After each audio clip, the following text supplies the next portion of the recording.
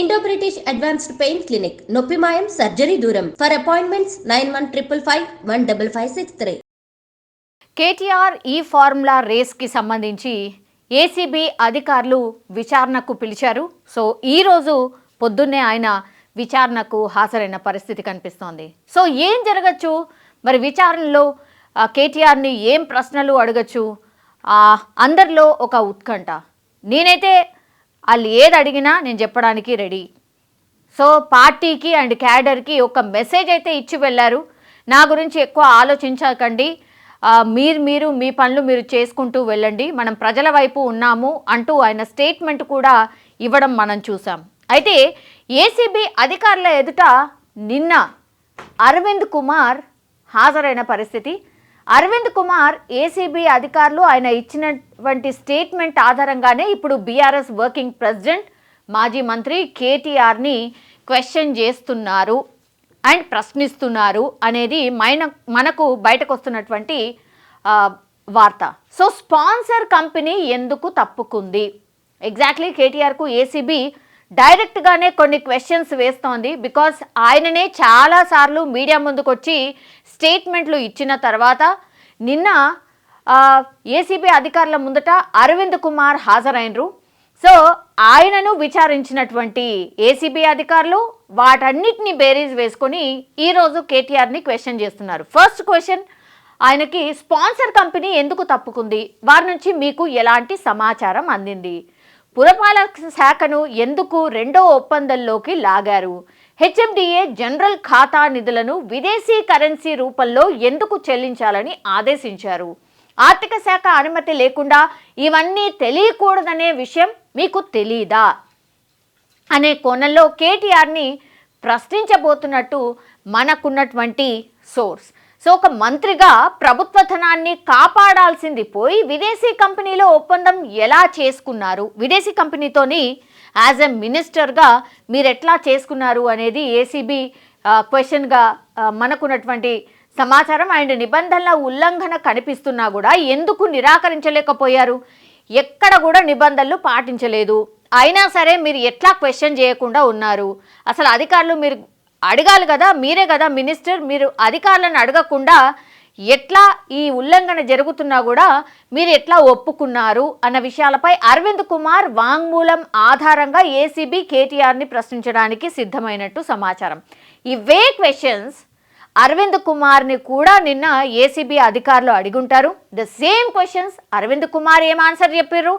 ఇప్పుడు ఆ రోజు పురపాలక శాఖ మంత్రి, మున్సిపల్ మంత్రిగా ఉన్నటువంటి కేటీఆర్ ఎట్లాంటి ఆన్సర్స్ చెప్తున్నారు? వీళ్ళిద్దరు సేమ్ ఆన్సర్స్ చెప్తున్నారా లేదా? అరవింద్ కుమార్ ఒకటి చెప్తున్నారు, కేటీఆర్ ఇంకోటి చెప్తున్నారు అని అంటే డెఫినెట్లీ ఈ కేసులో ఏదో జరిగినట్టు లెక్క. ఇప్పుడు అరవింద్ కుమార్ చెప్పింది, కేటీఆర్ చెప్పింది మ్యాచ్ అవ్వాలి. మ్యాచ్ కాకుండా ఇద్దరు డిఫరెంట్ ఆన్సర్స్ చెప్తే మరి అబద్ధం ఎవరు చెప్తున్నట్టు, నిజాలు ఎవరు చెప్తున్నట్టు? డిఫరెంట్గా కేటీఆర్ చాలా చోట్ల మాట్లాడుతూ డిఫరెంట్ స్టేట్మెంట్స్ ఇచ్చారు. ఒకసారేమో ఇది అధికారుల తప్పిదమే అన్నారు, ఇంకోసారేమో అసలు ఆర్బీఐ ఈ నిధులను ఎట్లా రిలీజ్ చేసుకొని ఇచ్చింది అని ఇంకోసారి అన్నారు.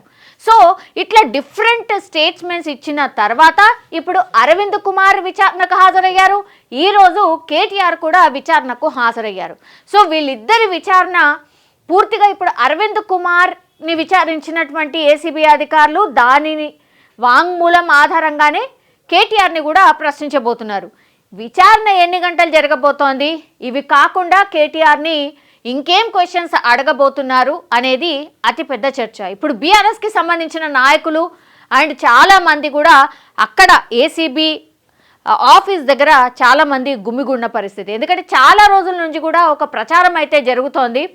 డెఫినెట్లీ ఈ కేసులో పూర్తిగా కేటీఆర్ ఇరుక్కుపోయారు కంప్లీట్గా. అందుకే ఏసీబీయే కాదు, ఇప్పుడు ఈడీ కూడా నోటీసులు ఇచ్చి విచారణకు పిలిచింది. సో ఇక్కడ ఉల్లంఘన జరిగింది, దొరికిపోయారు కేటీఆర్, ఈ కేసు చాలా గట్టిగా ఉంది అనేటువంటిది చాలామంది లాయర్స్ కూడా ఇదే వాదన వినిపిస్తున్నారు. అందుకనే వీళ్ళు అంటే బీఆర్ఎస్కి సంబంధించిన టీం న్యాయవాదుల టీంతో కూడా పెద్ద ఎత్తున చర్చలు జరిపింది. ఎట్లా ముందుకు వెళ్ళాలి, ఏమైతే ఏం చేయొచ్చు అనేది కూడా పూర్తిగా మంతనాలు చేసినట్టుగా కూడా మనం నిన్నటి నుంచి చూసాం. అండ్ ఇప్పుడు ఏకంగా కేసీఆరే రంగంలోకి దిగి ఈ పూర్తి కేసుని మానిటరింగ్ చేస్తున్నారు. ఏసీబీ దగ్గర ఏం హడావిడి అండ్ ఏం జరుగుతుంది అనేది కూడా పూర్తిగా మానిటరింగ్ చేస్తున్నారు అనేది కూడా ఇంకో వార్త. ఆఫ్ కోర్స్ ఎందుకు చేయరు, బికాస్ కేటీఆర్ ఫాదర్ ఫస్ట్, ఆ తర్వాత ఆయన పార్టీకి సంబంధించిన ప్రెసిడెంట్. ఆబ్వియస్లీ ఆయన వీటన్నిటి మీద దృష్టి అయితే డెఫినెట్లీ పెడతారు. ఒకవేళ ఏసీబీ అధికారులు ఈరోజు ప్రశ్నించి ఒకవేళ వెళ్ళిపోండి అని చెప్పినా ఎగైన్ ఎప్పుడైనా నోటీస్ ఇవ్వచ్చు, ఎగైన్ మళ్ళీ పిలవచ్చు.